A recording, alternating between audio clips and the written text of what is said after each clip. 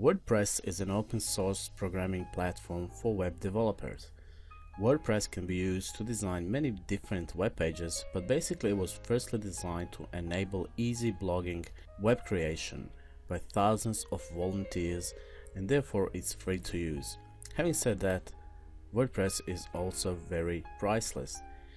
What it means is actually that you do not require any sort of programming knowledge to actually go ahead and create a beautiful looking pages. There are thousands and thousands of different plugins and different themes which you can use to actually create the web page that will suit your business the best. Throughout these video tutorials, we'll go from the very beginnings and the very easiest stuff of installing the WordPress 4 to actually going into more advanced stuff and actually having a look at different plugins and different themes. The video tutorials have been designed so they can be followed by either a total beginner or a more advanced user. Video tutorials are actually on WordPress 4. However, WordPress version 4 does not differ a lot from previous versions such as version 3.9. What's happened with version 4 is that the developers have actually tried to fix all the bugs and all the problems WordPress version 3.9 had. So there's a lot of stuff that actually happened, if you like, under the bonnet, but there is not a lot of fancy new changes that you can see when you actually log in and start working with WordPress version 4. The version we are going to use in this video tutorial is WordPress 4.0.1, which is at the time of the recording of this video tutorials the latest version available.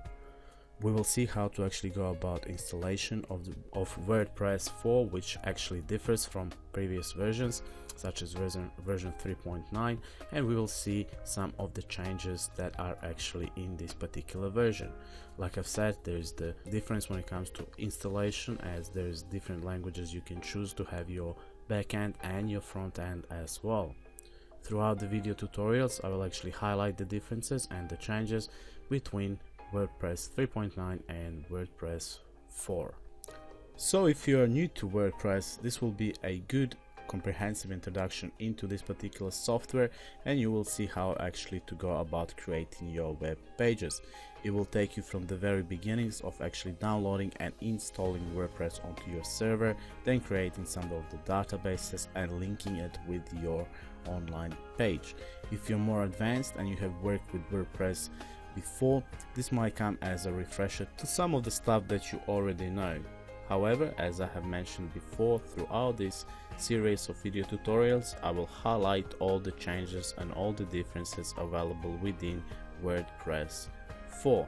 At the end, regardless of whether or not you have had any experience with WordPress and CMS, you should at least see the differences between this particular version of WordPress and the earlier versions.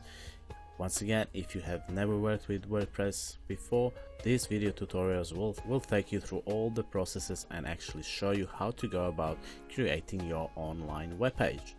So enough talk, let's get into it and let's see what we can do with WordPress 4.